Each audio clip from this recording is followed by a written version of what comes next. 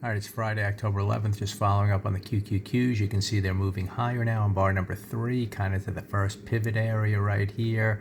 This little high, the pre-market range, the close of yesterday. So you're getting some nice follow through to start. So I just decided to scale out of the options to set up a no risk trade. I bought those 485 calls at 894. I just scaled out at 950 right here.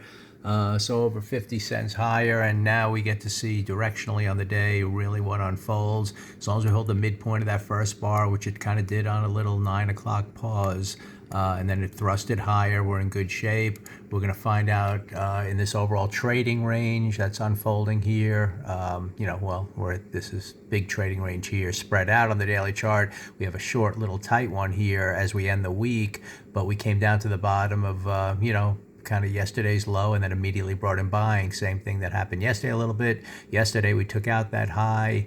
The question is, are we going to fail at the top of this overall range up here or not, or just pause and then follow through? Opening price action seemed to want to lead higher. Also, it's nice that we have, the end of the week coming up, and you can sense that we're trying to close green here, which could lead to follow through into next week. So that's kind of the bias in terms of the end of the week and what's developed all week long, and then the opening price action to the upside. So it's all at no risk right now. We'll see now if we get a directional move kind of to the top of yesterday. That's kind of a target given that we kind of opened at the low. You can see a little 3-day range in here. So anywhere up here could be a base hit gain, and then we figure out inflection, point wise, what happens if we can get up to yesterday's high and the high of that previous week, that whole top of the big range.